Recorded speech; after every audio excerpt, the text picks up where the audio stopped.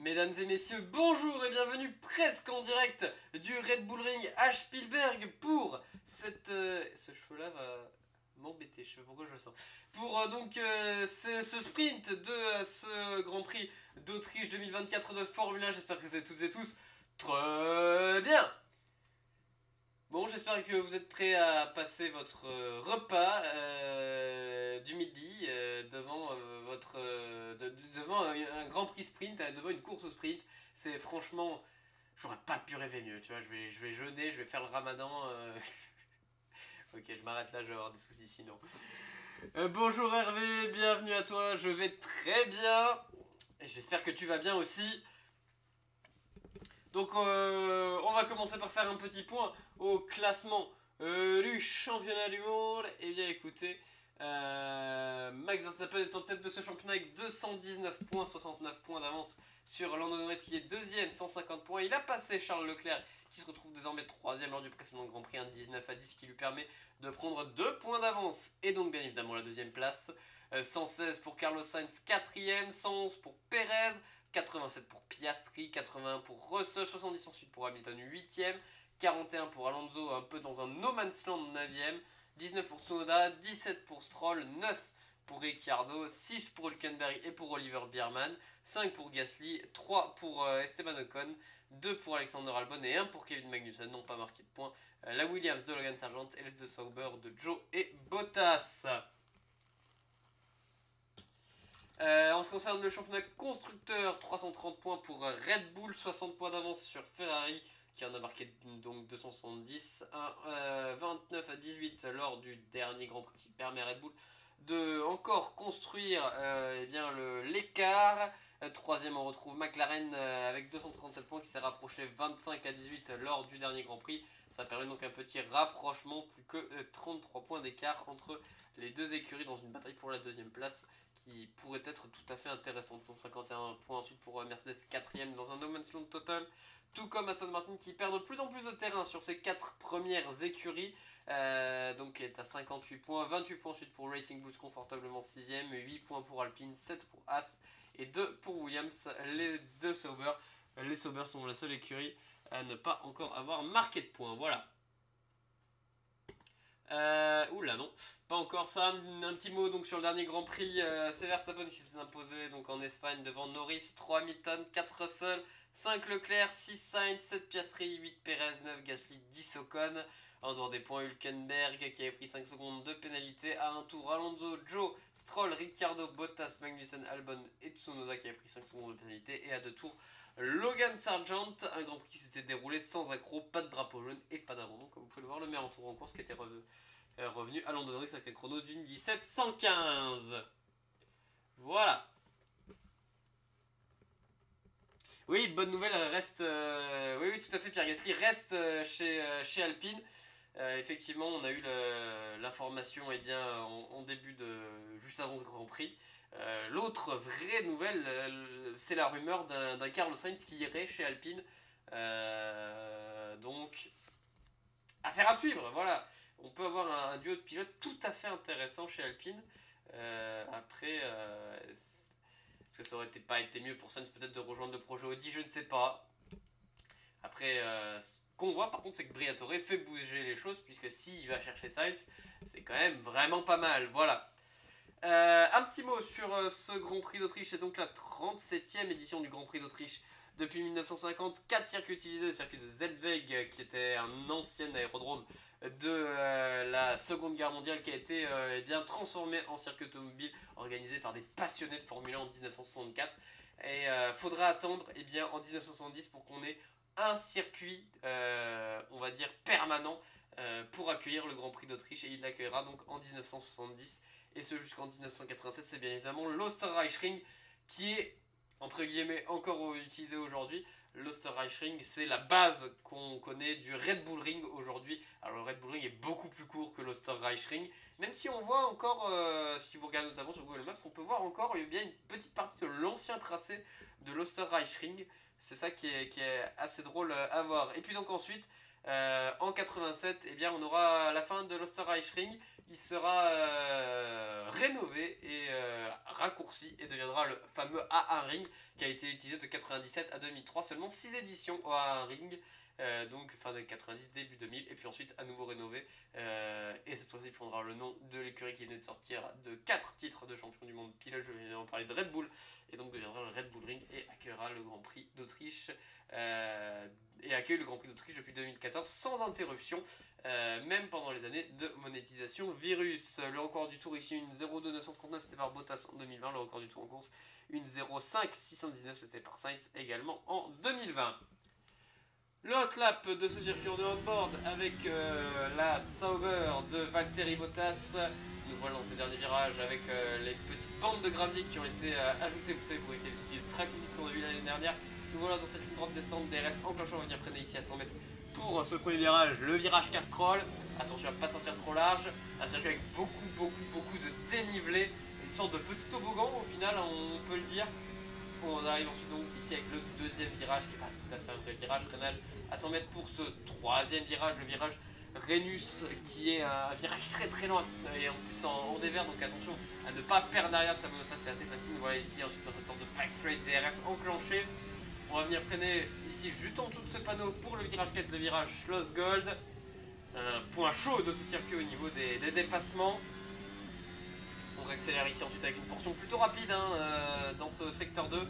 Le virage 5, le virage Roche, suivi du virage 7, le virage 6, pardon, le virage Roche, suivi du virage 7, le virage Mur, le virage 8 juste ici.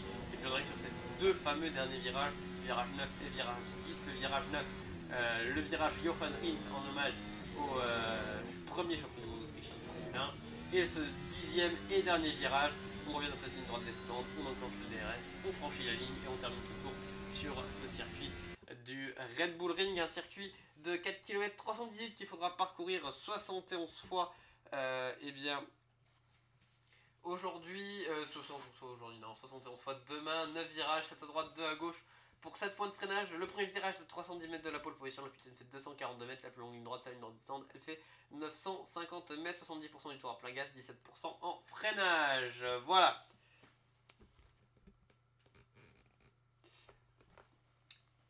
Hervé, pour moi c'est un très bon choix de prendre Carlos Sainz. C'est un pilote qui a de l'expérience, c'est un pilote qui est talentueux, c'est un pilote qui a eu l'expérience d'être dans un top team, qu'on s'en moque ou pas, Ferrari reste un top team. Et voilà, après c'est pour Sainz que je trouve le choix moins judicieux. Je pense que ça aurait été plus intéressant pour lui d'aller chez Audi qu'aller chez Alpine. Donc voilà, pour moi, Alpine, Carlos Sainz, c'est vraiment un très bon choix. Parce qu'après, bon, tu te retrouves avec Mick Schumacher, qui est l'autre meilleur choix selon moi, mais qui n'est absolument pas considéré par la marque française. Et bon, Mick Schumacher, on est quand même encore, moi je reste incertain sur son véritable niveau. Alors je sais qu'il a été chez As, donc ça a été difficile, mais et qu'il n'a pas eu vraiment de temps chez As, et pas forcément eu une superbe ambiance. Mais ouais, c'est difficile à dire Mick Schumacher au final, donc voilà. Et puis après, sinon, l'autre opportunité, c'est Jack Doohan. Et là, je suis moins sûr. Jack Doohan, pour être le coup, c'est un pilote qui a un coup de volant. Mais mettre un rookie dans une écurie aussi difficile, permettez-moi de dire que. Enfin, dans une écurie, dans une voiture aussi difficile, permettez-moi de dire que c'est peut-être pas forcément la meilleure chose à faire. Ouais, c'est un circuit qui est très court en termes de distance, Hervé. Le plus court en termes de temps. C'est là où on va voir les temps les plus bas de la saison. Et aussi le circuit avec le moins de virages, seulement 9 comme je l'ai dit. Donc voilà.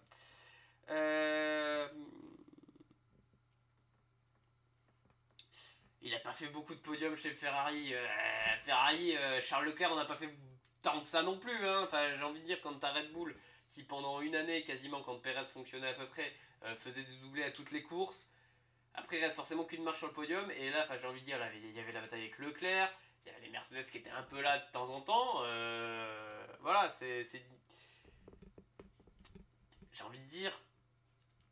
Voilà, et puis j'ai envie de dire, c'est lui qui prend le premier podium en 2021, c'est pas Leclerc si je me souviens bien, il prend son premier podium à Monaco en plus, il prend plusieurs victoires, il va chercher la seule victoire non Red Bull de la saison 2023.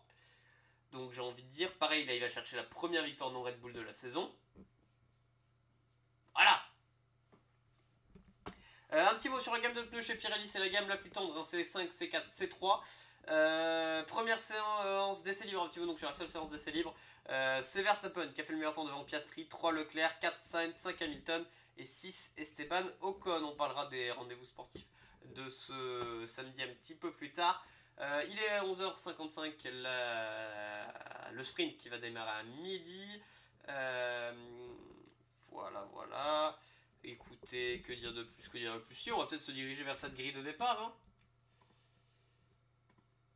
Allez, mesdames et messieurs, la grille de départ. Max Verstappen est en pole position pour cette course au sprint avec un chrono d'une 0,486 assez causé sur la première ligne. On retrouve Lando Norris, c'était assez serré comme vous pouvez le voir, tout juste un dixième de seconde. Pas tout à fait un dixième de seconde. Troisième, on retrouve Oscar Piastri et quatrième George Russell. Cinquième Sainz, regarde, la Sainz devance Leclerc. Donc je suis d'accord, je suis de mauvaise foi, là, Leclerc n'a pas fait de tour, mais... 6 Hamilton, 7 Perez, 8 Ocon, 9 Gasly et voilà justement Charles Leclerc qui n'a pas pu faire de tour suite à un souci en voulant sortir de la voie descendre. Son moteur a coupé, alors peut-être qu'il a calé, on n'a pas très bien compris ce qui s'était passé. Mais en tout cas, le fait est qu'il n'a pas pu faire de tour en SQ3 et bien il partira de la 10ème place. 11ème Kevin Magnussen, 12ème Lance Stroll, 13ème Fernando Alonso, 14ème Yuki Tsunoda et 15ème Sargent. Et oui, Sargent qui est passé en Q2. Et oui. Et ce n'est pas le cas d'Alexander Albon puisqu'il n'est pas passé en Q2. Ricciardo 16, Hülkenberg 17, Bottas 18, 19 Albon et 20 Guan Yu Zhou. Voilà. Allez, le générique, et puis on est parti pour ce sprint. Hop, hop, hop.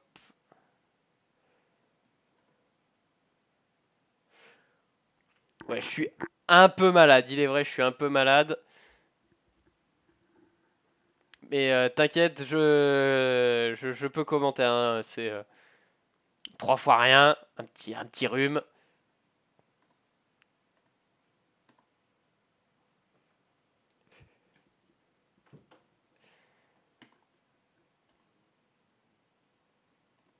Allez, je vais essayer d'avoir des infos très rapidement sur les conditions de piste.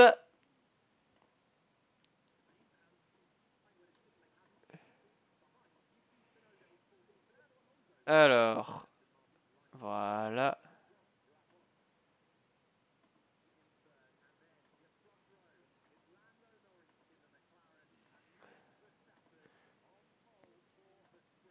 Alors, ouais, un petit mot sur les...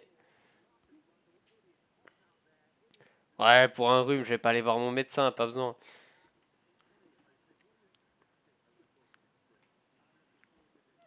Donc, 24 tours, un petit mot donc sur les conditions de piste. 28,4 degrés dans l'air, 42,8 degrés sur la piste, 47% d'humidité, un vent qui vient du sud et qui est assez faible, 3,6 km/h. Mais un vent qui peut être important et surtout des...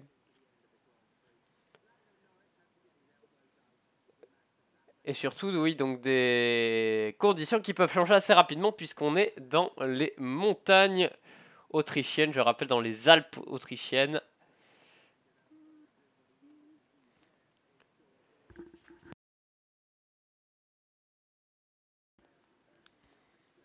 Allez, le tour de formation qui va donc pas tarder à débuter ici au Red Bull Ring. On rappelle, les 8 premiers marquent des points lors d'un sprint. Et non pas les 10 premiers. 8, 7, 6, 5, 4, 3, 2, 1. Allez, début donc de ce tour de formation au Red Bull Ring.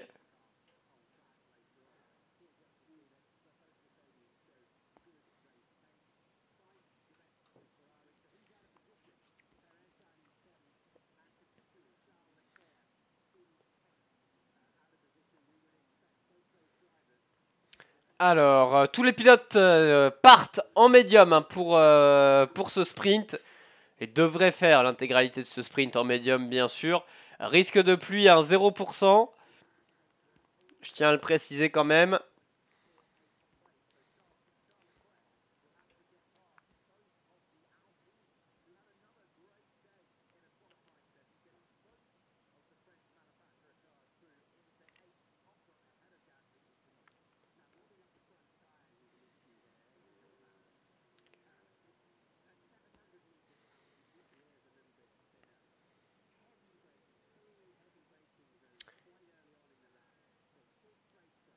Oui, ça, globalement, des bonnes conditions pour faire ce sprint, Hervé, tout à fait. Température pas trop élevée, ça va. Alors, on voit là Lewis Hamilton. Albon qui partira de la voie des stands. Hein. Albon qui partira de la voie des stands. Voilà Max Verstappen qui revient dans la ligne droite des stands, justement.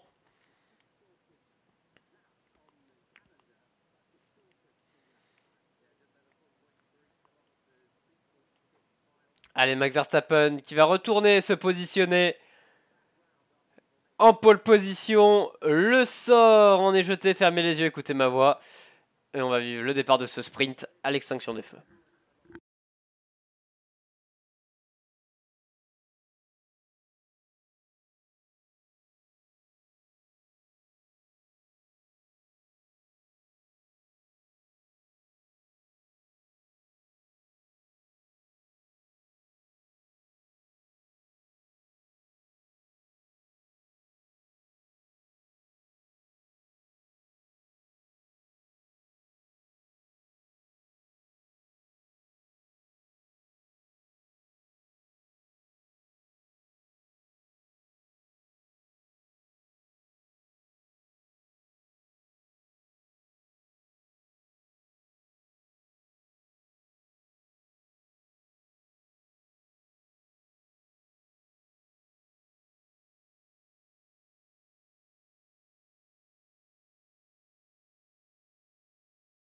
Ouh, procédure de départ abandonnée.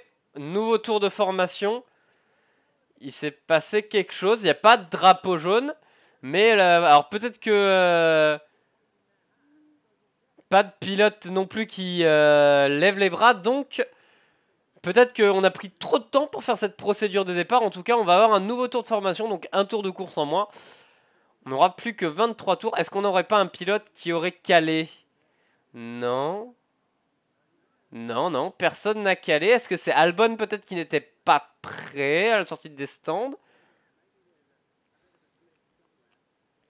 Peut-être un souci au niveau du mécanisme de départ aussi, au niveau du mécanisme des feux. Assez étonnant. J'ai trouvé que ce tour de formation était, enfin cette procédure de départ était très lente et effectivement. Donc bon bah remise à zéro, hein, j'ai envie de dire. Et puis là, Verstappen donc qui s'était positionné, qui était déjà prêt à aller fermer la porte à Lando Norris sur le départ.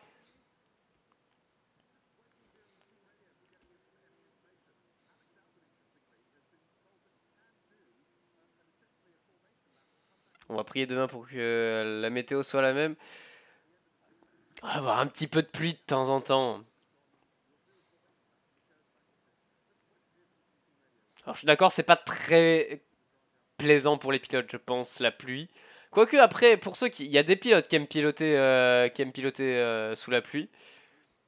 Moi personnellement, c'est pas mon cas. Mais je suis pas pilote de Formule 1, donc voilà.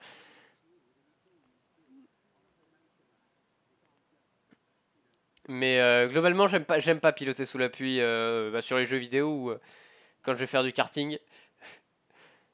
Karting sous la pluie, c'est pas ce qu'il y a de plus fun. Donc j'imagine pas pour des pilotes de F1. Après, il y a des pilotes de F1 qui, comme j'ai dit, aiment bien piloter sous la pluie, mais on va dire peut-être au niveau... On doit être mouillé, ce qui est pas forcément la chose la plus agréable. Voilà. Allez, Verstappen, les pilotes qui se repositionnent à nouveau dans leur emplacement de la grille. J'espère que cette fois-ci on va partir. Je le redis, le sort en est jeté. Fermez les yeux, écoutez ma voix. Et cette fois-ci, on devrait bel et bien vivre ce départ à l'extinction des feux.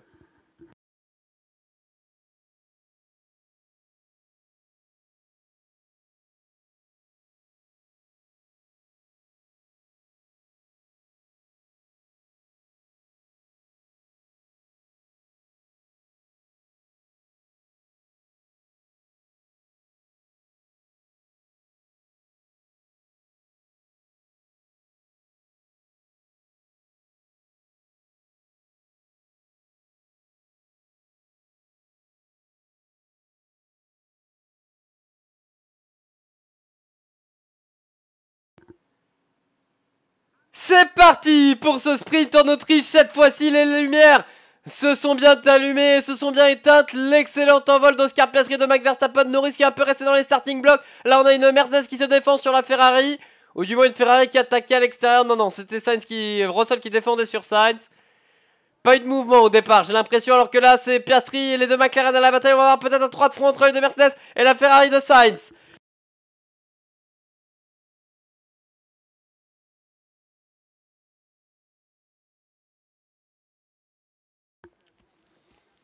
Allez, là, une bataille nouveau entre Norris et Piastri au 4ème virage. Et là, on a Sainz à l'extérieur sur Russell. Il passe à Schloss Gold. Sainz 4ème, Russell 5ème. Et là, on a Leclerc à la bataille avec Sergio Pérez. Il est passé, le monégasque. Leclerc 7ème, Pérez 8ème. Il vient de gagner 3 places sur ce départ. Allez, un petit point classement. Verstappen, Norris, Piastri, Sainz, Russell, Hamilton, Leclerc, Pérez, Magnussen, Ocon, Stroll, Gasly, Alonso, Tsunoda, Hülkenberg, Sargent, Ricciardo, Bottas, Joe et Albon. Voilà Verstappen qui franchit la ligne et qui termine ce premier tour.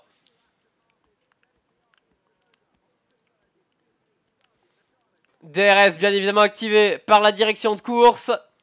Il va falloir attendre la ligne droite entre le virage 3 et le virage 4 pour pouvoir l'activer.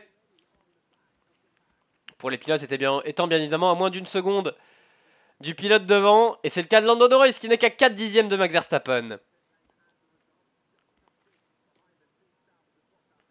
Alors le classement que vous avez sous vos yeux n'est pas le bon. Je vais mettre ça à jour tout de suite.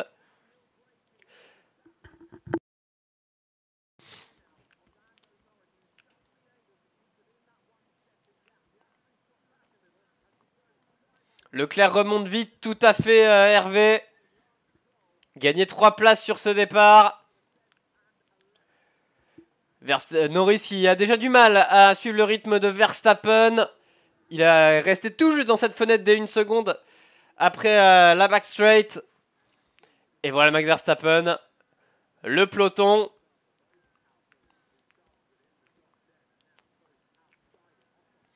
Les deux Alpines par contre qui commençaient dans le top 10 ont chuté, se retrouvent 11e et 12e. Norris qui fait le meilleur tour, 1.08 935.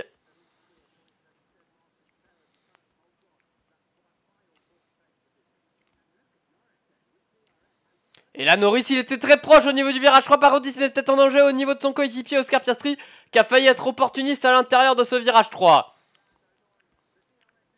DRS activé pour Lando Norris, il va y aller à l'extérieur, Verstappen défend l'intérieur, il ferme bien Verstappen et il reste devant. Verstappen qui était un peu large, Norris peut-être un peu trop à l'intérieur, un peu trop, on va dire précautionneux sur la réaccélération.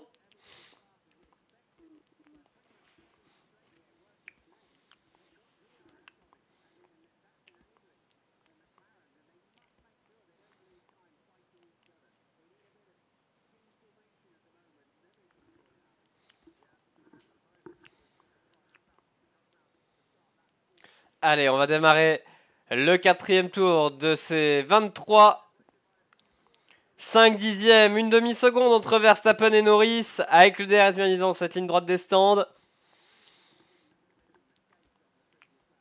Est-ce que Verstappen s'était pas un peu loupé sur ce dernier tour? Là, on va voir ici à quel point Norris va être proche. Il est moins proche qu'au dernier tour. Verstappen. Ouh, c'était bizarre là, la réaccélération de Verstappen. Ça m'a fait un peu peur. Il a mis du temps à réaccélérer.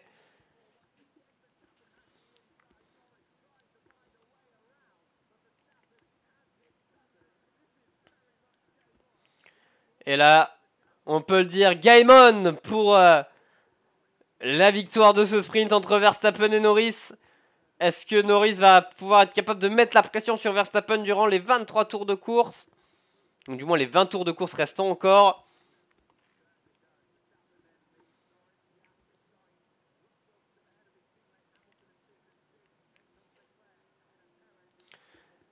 Allez, Norris, DRS enclenché. Verstappen qui est très bon, on le sait, dans ce dernier secteur. Ça lui permet de se défaire un peu de Norris à l'entame de la zone de DRS de la ligne droite des stands. Verstappen qui est très bien sorti du premier virage là, donc Norris va pas pouvoir tenter. Il y va Norris. Il y va à l'intérieur au virage 3, est-ce qu'il s'est pas un peu loupé? Il va au large. Et il est aux forces Verstappen et il a la meilleure accélération. Il est passé, mais là, et il a le DRS.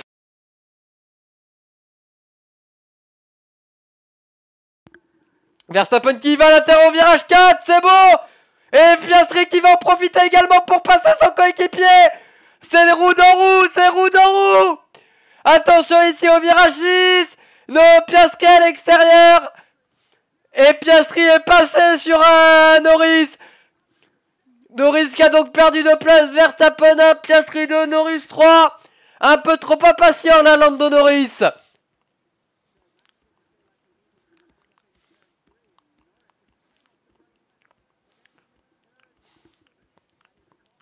Oh, on a eu une belle bataille là. On a eu une très très belle bataille.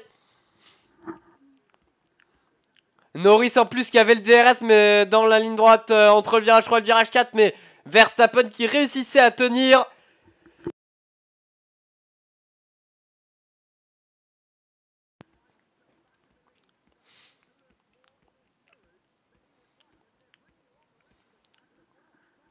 Allez, maintenant, est-ce que Piastri va être capable de mettre la même pression que mettait Lando Norris? Et attention, là, la bataille aussi derrière entre les Ferrari et les Mercedes. Alors, Leclerc est un petit peu loin des deux Mercedes, mais entre Sainz et les deux Mercedes, surtout. On revoit ce qui s'est passé. Verstappen, Norris là qui a été impatient, je trouve, sur son tentative de dépassement. Il était si loin. Fait que du coup, il a dû freiner très très tard, aller au large. Et forcément, la réaccélération n'était pas tip top, contrairement à Verstappen. Et là, Verstappen qui passe à l'intérieur sur Norris, ça force Norris à ouvrir la porte à Piastri. Et Piastri, lui, qui en profite.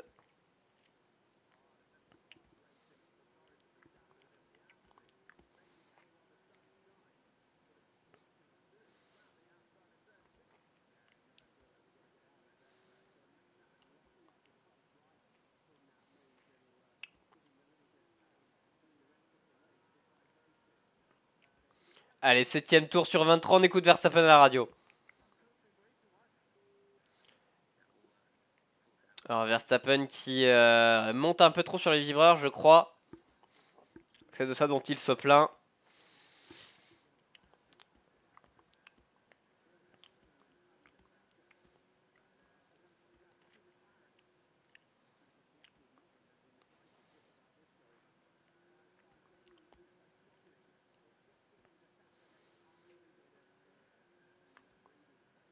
Et Piastri qui a du mal à suivre Verstappen. Un rythme un petit peu plus lent que celui de Norris, j'ai l'impression, même si c'est très serré entre les deux.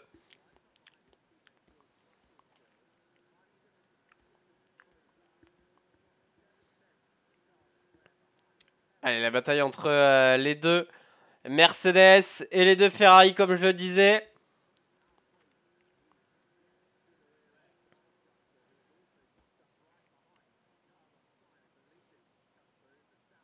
Et voilà les leaders au niveau du virage 3. La Sainz qui défend sur Russell. Et il reste devant. Il reste devant. Salut Kill CV, bienvenue à toi.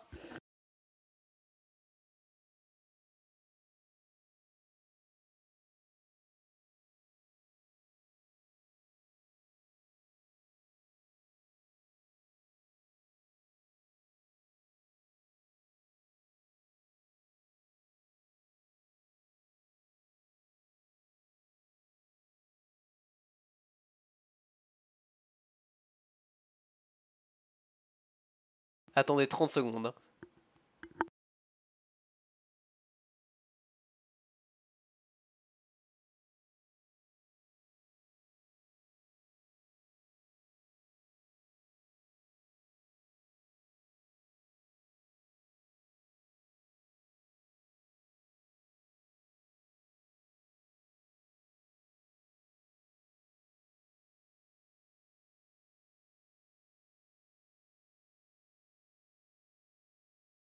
Russell qui est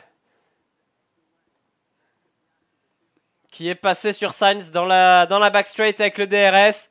Très très belle réaccélération à la sortie du virage 3. Il est passé, on est au 9ème tour sur 23.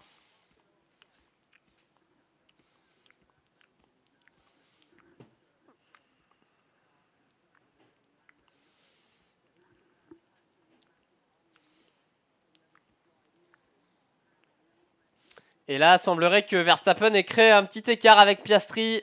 Il y avait plus d'une seconde à un moment. Mais Piastri là s'est rapproché.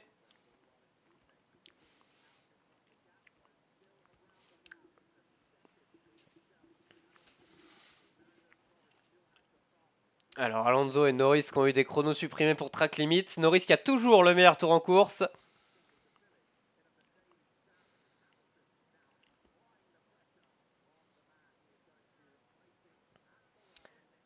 Et Leclerc qui est passé. Leclerc qui veut essayer d'aller attaquer son futur coéquipier chez Mercedes. Chez Ferrari, pardon, Lewis Hamilton. Et Hamilton, lui, veut passer le pilote à qui il va prendre le baquet la saison prochaine, Carlos Sainz. Toujours la bataille entre ces deux Mercedes et ces deux Ferrari.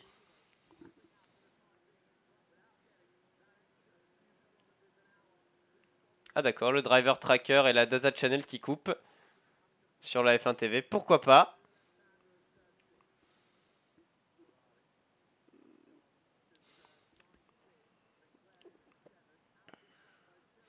Qu'il s'éveille, y a pas de souci, hein. Ça arrive d'être en retard. Du temps que tu es là et que tu profites.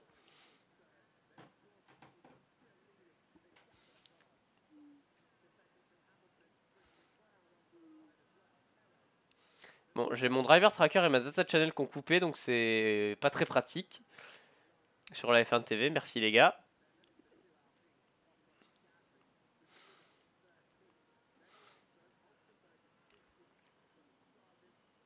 Et on a pareil plus de classement affiché sur la F1 TV, enfin sur le signal international.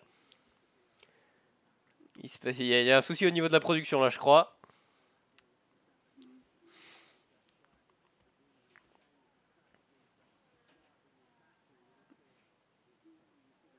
Bah écoute, Kill CV, pas de souci. Je te souhaite un bon appétit.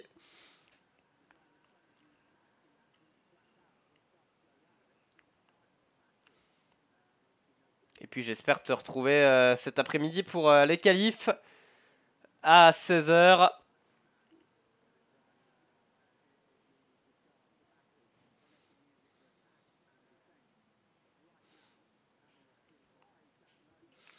Alors les Ferrari, elles sont 5 et 7 Hervé. Sainz 5, Leclerc 7. On est au 12e tour sur 23. Verstappen est toujours en tête.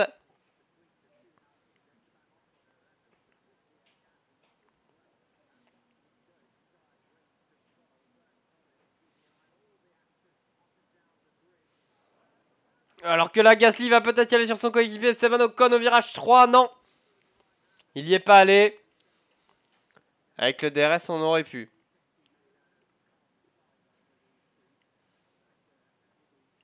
La bataille fratricide, je ne l'espère pas,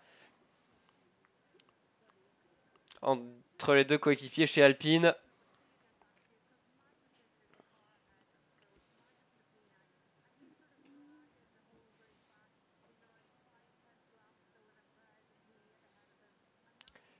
Alors qu'on voit là Bruno Famin et Jack Doohan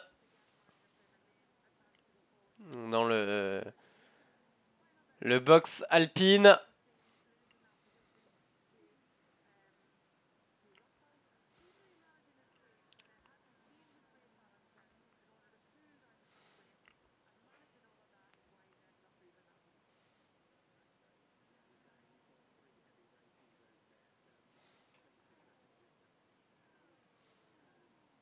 Allez, Esteban Ocon et Pierre Gasly, toujours à la bataille. Gasly qui va pas pouvoir tenter, même s'il tente d'aller beaucoup plus à l'intérieur, tente un croisé-décroisé avec son coéquipier. Enfin, du moins, c'est l'intention qu'il a. Il est trop loin pour pouvoir vraiment mettre en place cela.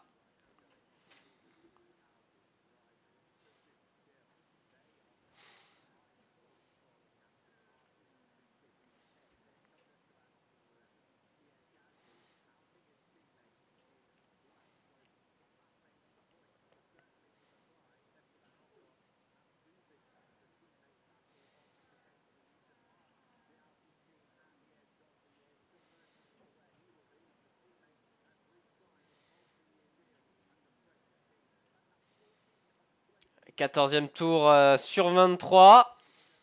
On n'a absolument aucune donnée à l'écran. Pas de classement, pas de nombre de tours, c'est pas très pratique.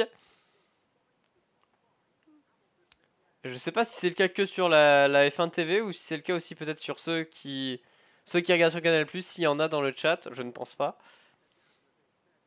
Ça me paraît très rare, mais s'il y en a. Dites-moi si, pareil, il n'y a rien à l'écran, enfin pas d'informations, pas de classement, pas de... Du moins, des informations si, il y en a quelques-unes, là on voit notamment Ocon qui a gagné du temps, un petit peu de temps sur le dernier tour par rapport à Stroll. Donc le top 10 c'est pas impossible pour les Alpines.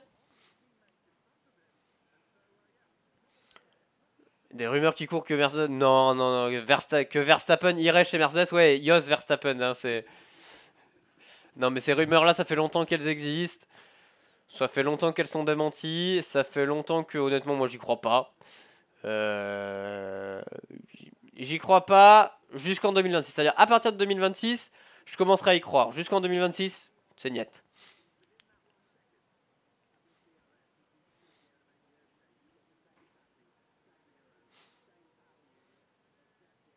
Oui, si vous avez Canal, je comprends que vous ne seriez pas là. Vous ne seriez pas là.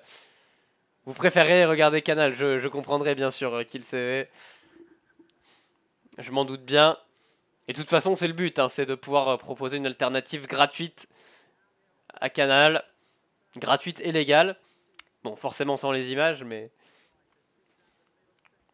Après, oui, j'en ai eu des personnes qui avaient Canal ou quand les Grands Prix sont diffusés en clair qui viennent pour pouvoir eh bien, profiter, discuter. Et c'est ça aussi qui est sympa, le petit plus par rapport à Canal. C'est la discussion vraiment en direct.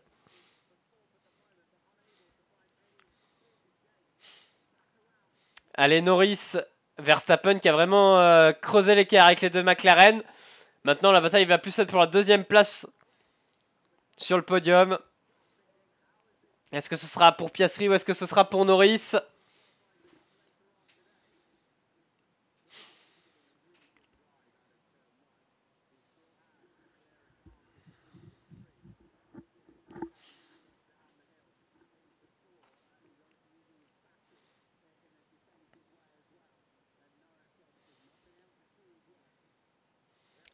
Piastri qui a gagné un tout petit peu de temps, mais globalement, c'est Norris qui était plus rapide sur les derniers tours.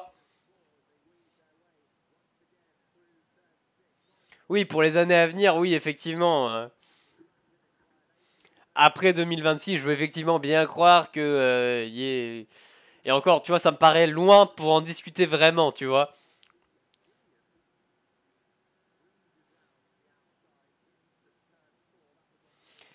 Bonjour Bruno, bienvenue à toi, content de te revoir.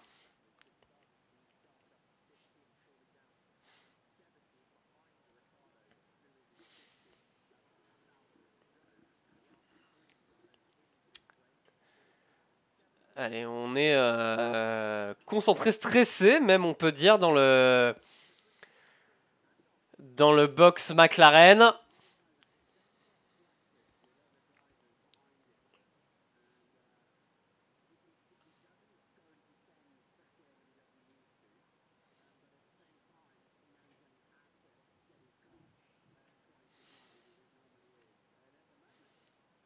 Oscar Piastri, pour l'instant, qui reste devant Lando Norris.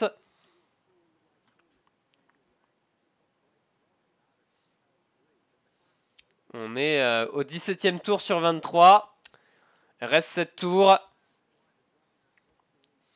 Peut-être essayer de faire un petit point classement. Donc Verstappen en tête devant Piastri, 3 Norris, 4 Russell, 5 Sainz, 6 Hamilton, 7 Leclerc, 8 Perez, 9 Magnussen, 10 Stroll, 11 Ocon, 12 Gasly, 13 Tsunoda, 14 Alonso, 15 Hülkenberg, 16 Ricciardo, 17 Sargent, 18 Bottas, 19 Albon et 20 Guan Yu Zhou. Ouais, McLaren c'est de plus en plus solide à chaque course, hein, Bruno.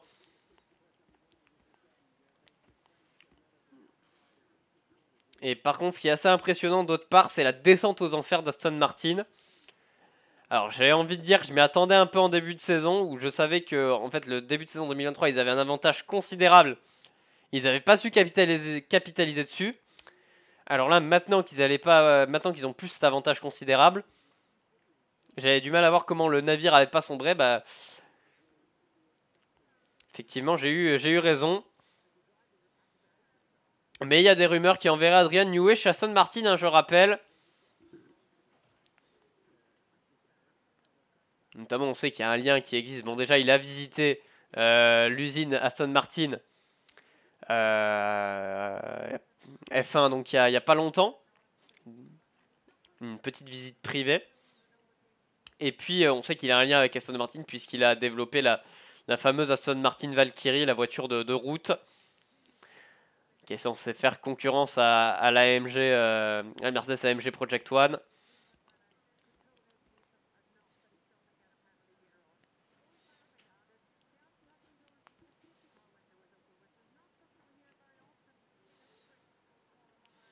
Et Piastri pour l'instant qui se défend bien hein, de Lando Norris. Il est peut-être sorti un peu large là du virage 3.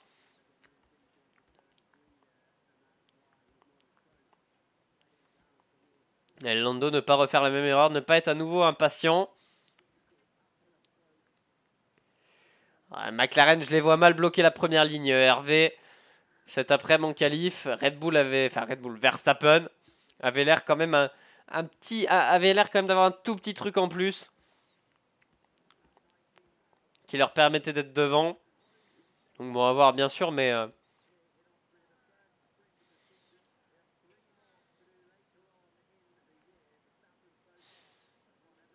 il restera encore 3 week-ends de sprint hein, après celui-là cette saison.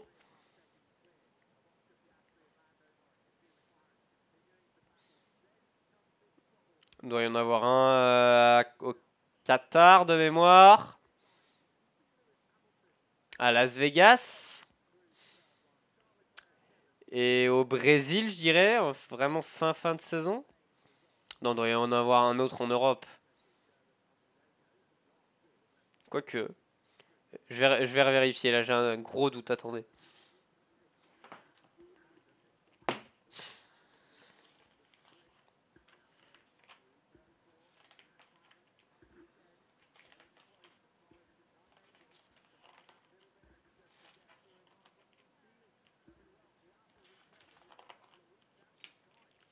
Allez, la bataille entre les deux Mercedes et les deux Ferrari qui a... Oula, Leclerc qui a reculé hein, par rapport au Mercedes, par rapport à Hamilton. Austin, un week-end de sprint. Au Brésil. Pas à Vegas. Et au Qatar, voilà, c'est ça. Bon. J'avais bon, c'en était un aux États-Unis. Bon, c'était pas Vegas, mais.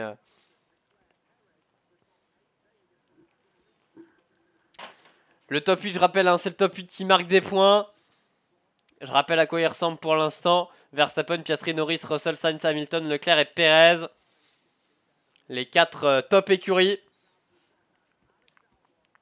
Oh, revoilà le classement. 21ème tour sur 23. Hamilton qui est proche là de... Hamilton qui est proche de Sainz à l'entame du 4ème virage.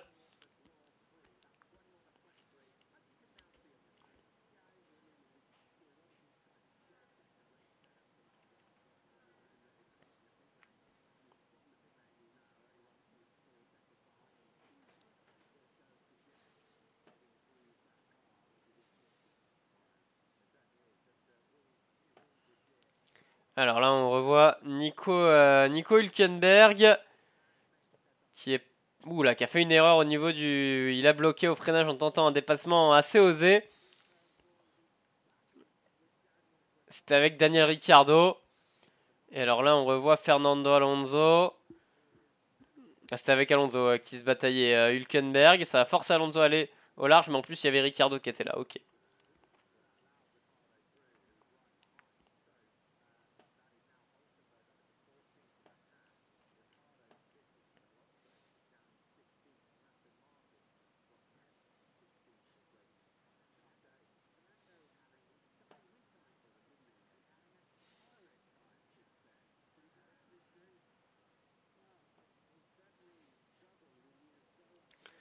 Allez, avant-dernier tour, il y a 4 secondes une entre Verstappen et Piastri.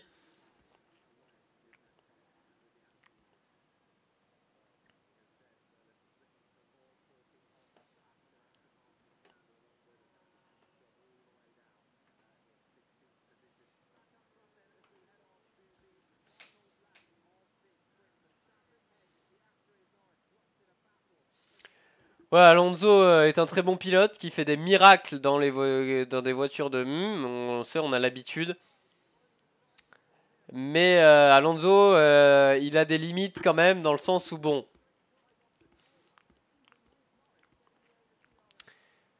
Verstappen qui a entamé le dernier tour de course, c'est le dernier tour de course, mesdames et messieurs. Ce sera finalement pas passé de tant de choses que ça. Dans la majeure partie, on aura eu un départ assez intéressant, puis après, voilà quoi. Alors, incident noté, le dépassement entre Hülkenberg et Alonso. On va se concentrer sur la tête de course. Et Max Verstappen qui sort du dernier virage. Et qui franchit la ligne pour remporter le sprint en Autriche.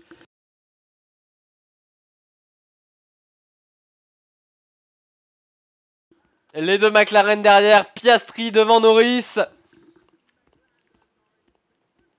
Quatrième Russell, 5 Sainz, 6 Hamilton, 7 Leclerc, 8 Perez, 9 Magnussen, 10 Stroll.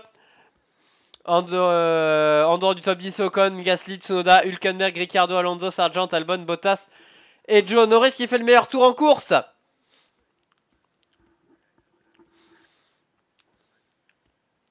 Allez, restez avec nous bien évidemment pour connaître la réaction des 3 pilotes ayant fini dans le top 3. A tout de suite.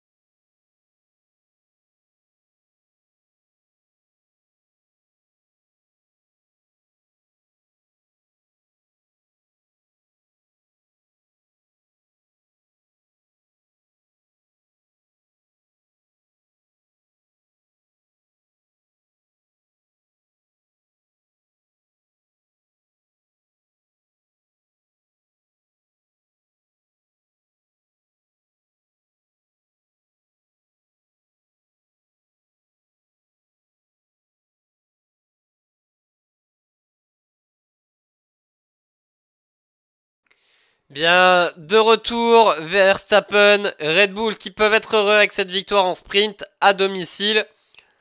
Par contre, ils vont peut-être devoir s'inquiéter de la contre-performance de Sergio Perez qui finit à 17 secondes de son coéquipier. Verstappen qui va célébrer bien évidemment avec les fans de la firme.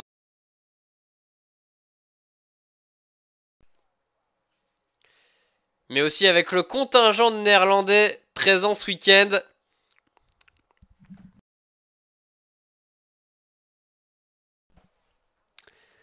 Merci Kill CV. Voilà Lando Norris, peut-être un peu déçu de n'avoir que la 3ème place. C'est à nouveau qu'il a été assez impatient, qu'il a fait une erreur.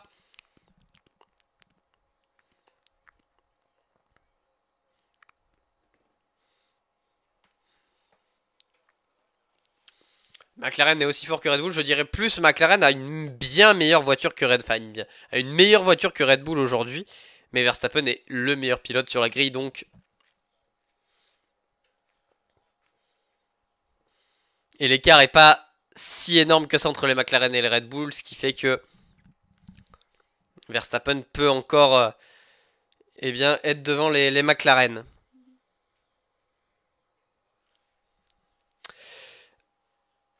La grande saucisse Alex Wurtz va poser les questions au pilote. On va commencer par écouter Lando Norris. Lando Norris, félicitations, 3ème place. Ça a été un sprint sensationnel. Ça a été une bonne course entre nous. Surtout avec Max au début. Oui, il y a probablement des choses que j'aurais dû faire un peu mieux. Et je comprends ça. Le rythme en course de la voiture était très bon, surtout à la fin. J'ai pas réussi à passer Oscar. On perd beaucoup trop de temps dans le deuxième secteur avec le Dirty Air. Et un bon job pour l'écurie et puis pour Oscar et Max sur le podium. Est-ce que vous pensez que vous auriez pu avoir Max? Je pense pas. C'était vraiment trop difficile de dépasser. Le rythme était bon, mais je pense pas qu'on aurait eu le rythme pour suivre Max jusqu'au bout. Mais on essayera demain.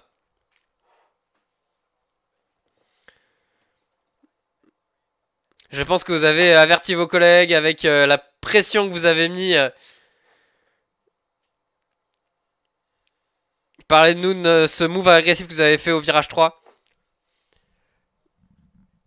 Oui, c'était difficile avec les pneus notamment de faire tant de choses que ça. J'aurais pas pu avoir tant d'opportunités. Je me suis fait avoir un peu comme un amateur là. Mais je pense qu'on va clairement pouvoir se battre avec lui demain. A tout à l'heure, Kill CV. 15h40, l'émission d'avant Calib, je rappelle. Oscar Piastri. Ancien vainqueur en sprint. Et aujourd'hui, vous finissez deuxième. Oui, j'ai commencé. J'ai fini une place plus haut que là où j'ai commencé. J'ai pensé que Max et Lando allaient se foutre dehors pour que je puisse passer à un moment. On va vraiment prendre les points aujourd'hui. On doit vous demander. Au 5ème tour, une manœuvre faite de sang-froid. Qu'est-ce que vous avez pensé? Est-ce que c'était prévu? Forcément, on se bat beaucoup. Et le move était assez léger. J'espérais que j'allais pouvoir passer les deux devant. J'ai essayé de mon mieux. J'ai essayé d'avoir une opportunité de passer Max. Mais j'ai pas eu le rythme. Être patient, c'est ce qui aurait pu permettre de le passer. Et on va désormais écouter le vainqueur Max Verstappen. Max Verstappen, vainqueur, ne parlons pas de football. L'Autriche a gagné contre la Hollande, à moins que vous vouliez vraiment en parler. Et peut-être parler de la course plutôt. Oui, une fois que le DRS est ouvert, c'est assez difficile. On a eu quelques batailles excitantes. Une fois que je m'étais sorti de la zone de DRS, j'ai pu faire un peu plus ma course. On a dû travailler pour celle-là, dans cette course. Il y a encore plusieurs choses qu'on peut faire mieux.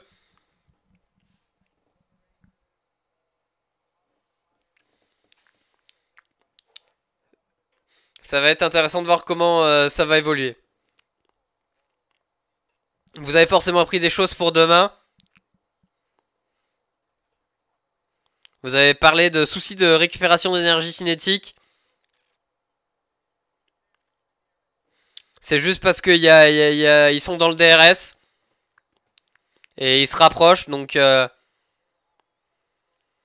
forcément. Mais après, quand j'ai été en dehors de leur zone de DRS, j'ai pu passer sur mon vrai truc sur ma vraie gestion. Qu'est-ce que vous pensez du rythme des McLaren pour demain? Oui, va falloir regarder ce que ça fait. Moi, pour le coup, j'étais assez concentré sur ce que je faisais. Il va falloir voir si on peut faire mieux pour demain. Vous aimez être en Autriche? Bah oui, bien sûr.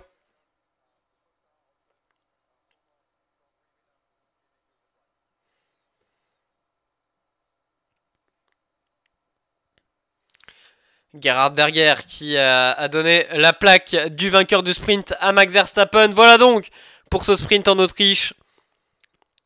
Le temps de vous rappeler une dernière fois le top 10. Donc Verstappen s'est imposé devant Piastri, 3 Norris, 4 Russell, 5 Sainz, 6 Hamilton, 7 Leclerc et 8...